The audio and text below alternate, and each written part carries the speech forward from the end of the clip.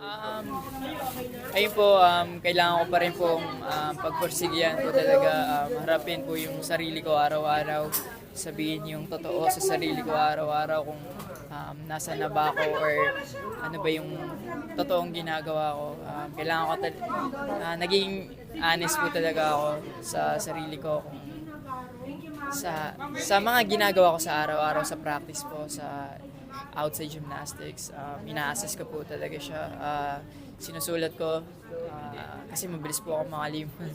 Kaya doon ko rin po nira-write down yung thoughts and feelings ko po para mas nakikita ko siya and mas na-analyze ko yung sarili ko rin po. May bago ka pa bang i-incorporate pa sa mga routine mo or halos ano na lang, makapolishing na lang or meron ka pa bang bagong ipapakita? Ngayon po nagpapalakas na lang po ako sa stamina at dagdag power po. Pero sa skills po, ayun na po yun. And more on magandang execution na lang po talaga, polishing, magandang landing po yung ini-aim ko. Kasi difficulty, medyo sagad na rin naman po ako and wala na rin po time para mag-additional po. And isang skill lang po na additional, malaking epekto na po yon sa 6 na apparatus. So, more on repetition, consistency, tsaka power po yung tinitraining ko po ngayon. Start values mo sa Asian Championships ganito. Yes po. Retain lahat. Yes po.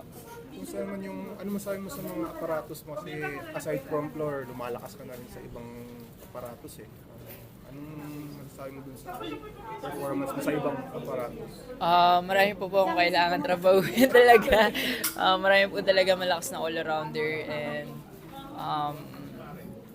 try ko po yung best ko na umabot po ako sa ganong level katulad nila. And syempre, sa next year or next na Olympics, ibubuhos ko po lahat and try ko po na levelan po and tapatan po talaga yung kung o higitan pa man kung ano yung meron po sila lahat.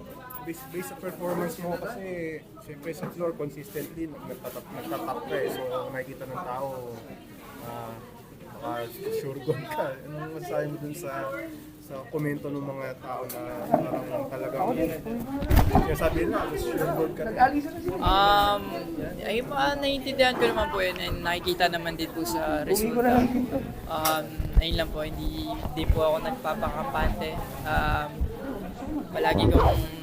Palagi ako nakatingin kung ano yung kailangan kong i-improve pa sa araw-araw na routine. And syempre yung outcome po na pwedeng mangyari sa competition ay doon po ako nakafocus talaga. And iniisip ko yung bawat galaw po or kung saan ako pwedeng magkamali. Doon po talaga yung bibigyan kong pansin po. Yung pagka-training mo dito sa Pilipinas, medyo ano ba, in a way mas nakatulong din talaga sa'yo dahil nga nasa bahay ka, nasa bahay ka, nasa...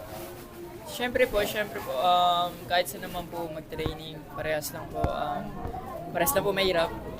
Mas challenging lang din po dito kasi medyo masikip, medyo crowded, and yung equipment hindi naman po katulad sa pang-international. Yung vault po namin is good, tsaka yung rings, yung floor okay din naman po, pero yung ibang apparatus po namin medyo hindi na din po maganda yung state po ng quality niya. Pero para sa akin po tinitake ko yun as a positive na challenge kasi kung kaya mo